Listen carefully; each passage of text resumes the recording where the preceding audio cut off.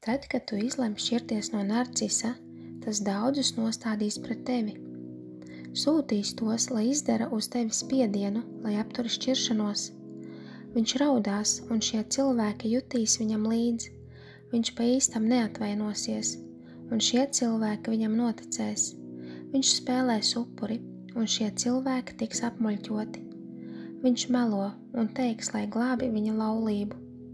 Tas, kurš nāks pēc tevis, narcisa vārdā, lai censtos tevi pārliecināt, apturēt šķiršanos un cīnīties par laulību. Cilvēkus, kurus tu mīli, tiem, kuriem uzticies, kurus cieni, viņš tos cilvēkus atradīs, kuriem ir maksimāla ietekme uz tevi. Tavs mācītājs, mācītāja sieva, tavi vecāki, māsica, tuvākie draugi, kolēģi. Šie cilvēki domās, ka narcis ir mainījies. Viņš nav mainījies. Viņi domā, ka palīdz tev un taviem bērniem. Tā nav, viņi tevi tikai sāpina. Viņi domā, ka seko Bībelei, bet nē, viņi neseko Bībeles mācībai, kura māca par nopietnu varmāku laulībā. Viņiem vajadzētu nostāties pret narcisu, bet tie to nedara. Tie nostājas pret tevi. Viņiem vajadzētu atbalstīt tevi, izšķirties no viņa, bet nē, viņi atbalsta narcisu. Viņiem vajadzētu vismaz paklusēt, bet to nedara. Viņi daudz runā muļķības. Ieteikumi tiem, kas runā, lai saglabā laulību. Dod īsu atbildi. Neiedziļinies dialogā ar to cilvēku, atbildi īsi un dodies prom. Salamana pamācības 23:9. Nerunā bez prāša ausu priekšā, jo viņš nicina tavas runas gudrību. Nerunā ar šo cilvēku vairs par šķiršanos, vai pat vispār nerunā, tikai lieka laika izšķiešana. Viņi ir narcisa spiegi, viņi par visu ziņos narcisam, tu to nevēlies. Tu nevari mainīt viņu prātu, spēcini sevi un esi savienojumā ar Dieva patiesību un parādi bērniem patiesību. Narcis bērniem teiks visus melus, un tāpat arī narcisa spiegi teiks bērniem melus. 13 padomi, ko dzirdēsi no narcisa spiegiem. 1. Viņi saka, tā nav ļaunprātīga izmantošana. Tu atbildi, ka dzīvoji ar viņu kopā, un tas, kā pret tevi izturējās, tā ir ļaunprātīga izmantošana, nesauc mani par meli. 2. Viņi saka, izmantošana nebija tik slikta. Tu atbildi, tā bija vairāk kā slikta, tāpēc es šķiros no viņa un no tevis. 3. Viņi saka, izmantošana bija tava vaina.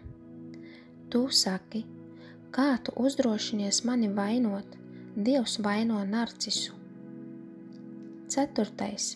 Viņi saka, tev jāpakļaujas savam vīram, neskatoties ne uz ko.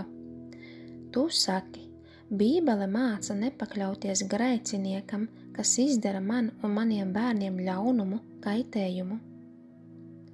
5. Viņi saka, tev nav bībelisku iemeslu šķirties. Tu saki, ir gan 1. Korintiešiem 7:15. 6. Viņi saka, bet viņš taču atvainojās.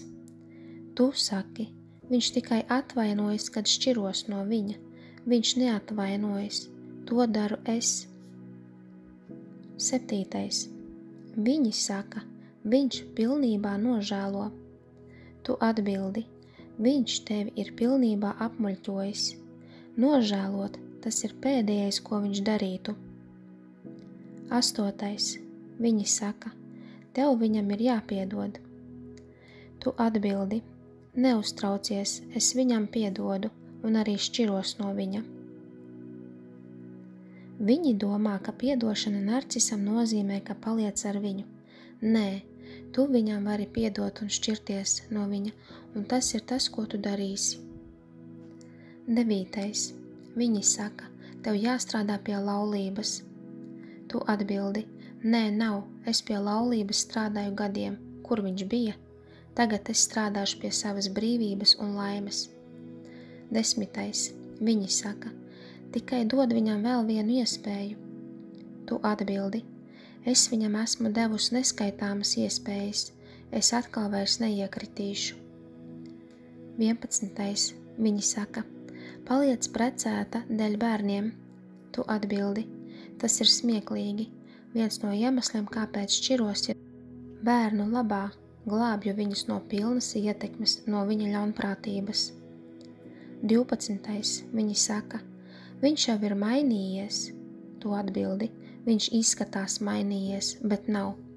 Tas ir izveicīgs triks, un tu tajā iekriti. 13. Viņi saka: vai tu netici, ka Dievs var viņu mainīt? Tu atbildi: Dievs nevar izmainīt kādu, kurš nevēlas mainīties.